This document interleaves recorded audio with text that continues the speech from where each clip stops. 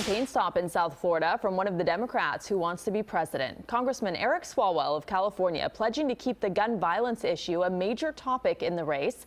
CBS 4's Carrie Codd is live in Sunrise, where the congressman spoke tonight. Carrie.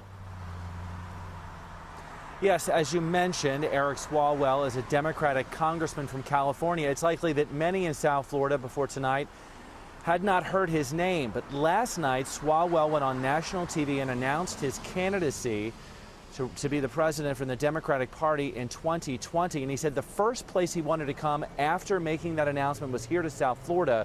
He said this is a place that inspired him to fight to end gun violence after the Parkland shooting last year.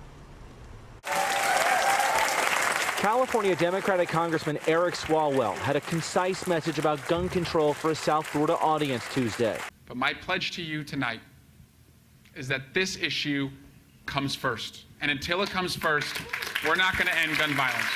On Monday night, Swalwell announced his candidacy for the presidency of the United States on The Late Show with Stephen Colbert. He joined a crowded field of 17 others vying for the Democratic nomination. A day later, he was in Sunrise at the BB&T Center, pitching his plans to make universal background checks the law of the land, increase mental health spending, and ban and buy back assault weapons to get them off the streets. Keep your pistols, keep your rifles, keep your shotguns, but we can ban and buy back the 15 million assault weapons in our country. The message resonated with the crowd filled with gun violence survivors, members of gun control groups like Moms Demand Action, and families of the Parkland victims like Fred Guttenberg. You just catapulted gun safety into the forefront of the presidential election. Swalwell has made gun control and ending gun violence the main plank of his presidential campaign platform.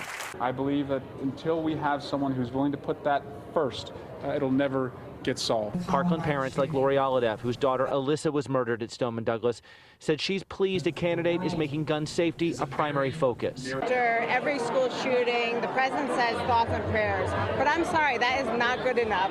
We need to do more. Debbie Hickson, whose husband Chris was murdered, said this is about safety, not politics. And it isn't about what party you're in or the Second Amendment or any of those things. It's really about making our society where we can talk to each other again.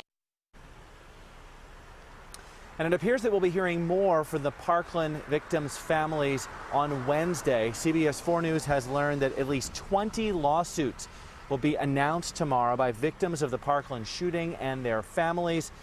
We are told that the lawsuits are expected to be filed against the Broward School District, the Broward Sheriff's Office, as well as several individuals, including former school resource officer Scott Peterson. Live in Sunrise, Carrie Codd, CBS 4 News Tonight.